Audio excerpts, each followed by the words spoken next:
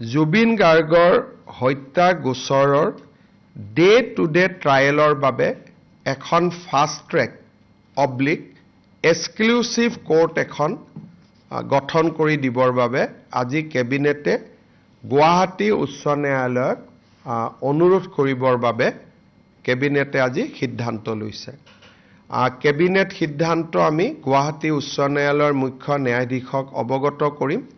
আৰু পৰৱৰ্তী কাৰ্যসূচী বা পৰৱৰ্তী ব্যৱস্থা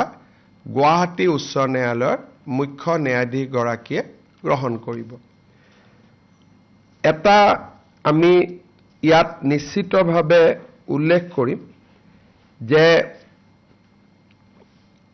এই গোচৰ আৰম্ভ হোৱাৰ পিছত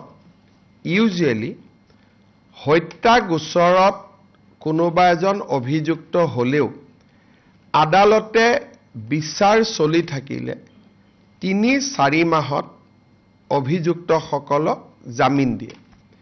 কিন্তু বৰ্তমানৰ যিখন কোৰ্টত এই গোচৰটো চলি আছে আমি দেখা পাইছো যে বৰ্তমানৰ ন্যায়াধীশ গৰাকীয়ে এজনো অভিযুক্তক আজিলৈকে বেল দিয়া নাই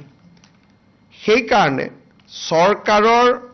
ধাৰণা আছিলে যে বৰ্তমানৰ ন্যায়াধীশ গৰাকীৰ হাততে গোচৰটো থাকিলে ন্যায়ৰ প্ৰক্ৰিয়া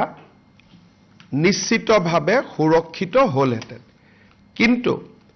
আগতে আমি এটা কথা ঘোষণা কৰি থৈছিলো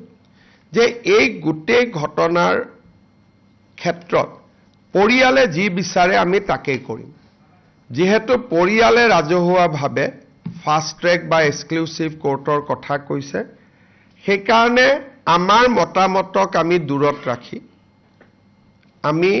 এই ঘটনাটোক বা এই বিচাৰ প্ৰক্ৰিয়াক ফাষ্ট ট্ৰেক কোৰ্টত বা এক্সক্লুসিভ কোৰ্টত আমি দিবৰ বাবে সিদ্ধান্ত গ্ৰহণ কৰিছো গুৱাহাটী উচ্চ ন্যায়ালয়ে এজন ন্যায়াধীশ দিব গুৱাহাটী উচ্চ ন্যায়ালয়ে গাইডলাইন নিৰ্মাণ কৰিব আৰু ষ্টেট গভৰ্ণমেণ্টে লজিষ্টিক ইনফ্ৰাষ্ট্ৰাকচাৰেল